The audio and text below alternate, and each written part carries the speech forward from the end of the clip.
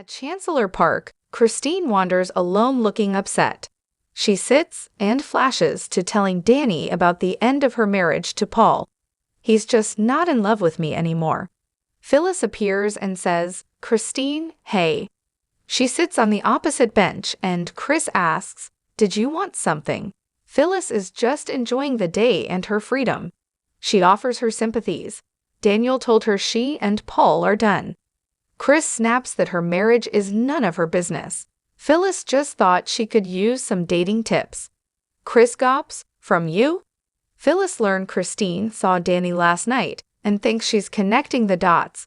Are you trying to rekindle something with Danny now that you've called it quits with Paul?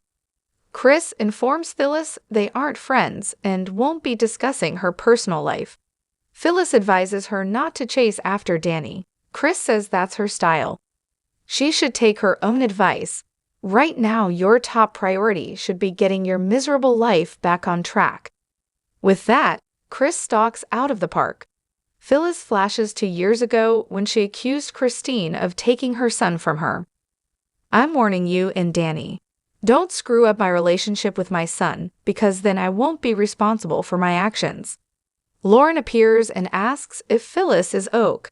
Phyllis says she just saw Christine, who will never see her as anything more than a thorn in her side. Lauren points out she sees her the same way. Phyllis flashes to arguing with Christine about the men in their lives.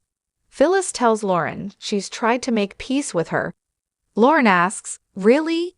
At Crimson Lights, Chris tells Esther she has a lot going on right now.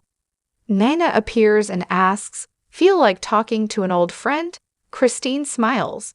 On the patio, Nana tells Chris she's sorry she and Paul couldn't work it out.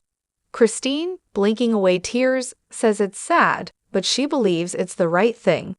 "We're different people than we were when we first met." Nana muses, "People change. Look at us." They marvel at how far they've come since they were teens and flashbacked to Chris and Danny teaching Nana how to act like a lady. They even talk about Nana stealing Philip from Chris. She is sorry, but she got a beautiful son out of it. Nana tells Cricket she's always been there for her. They recall when Nina was a pregnant teen. "You're the only real friend I've ever had." Christine tells Nina she wants the best for Paul and hopes they can stay friends.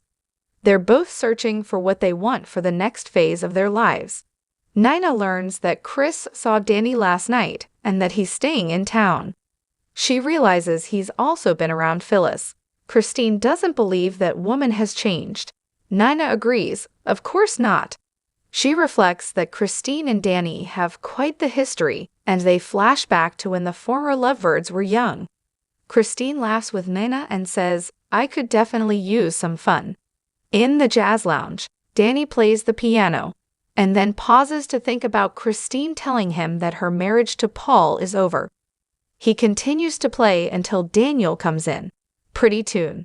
He notes it's a bit melancholy and asks what's going on.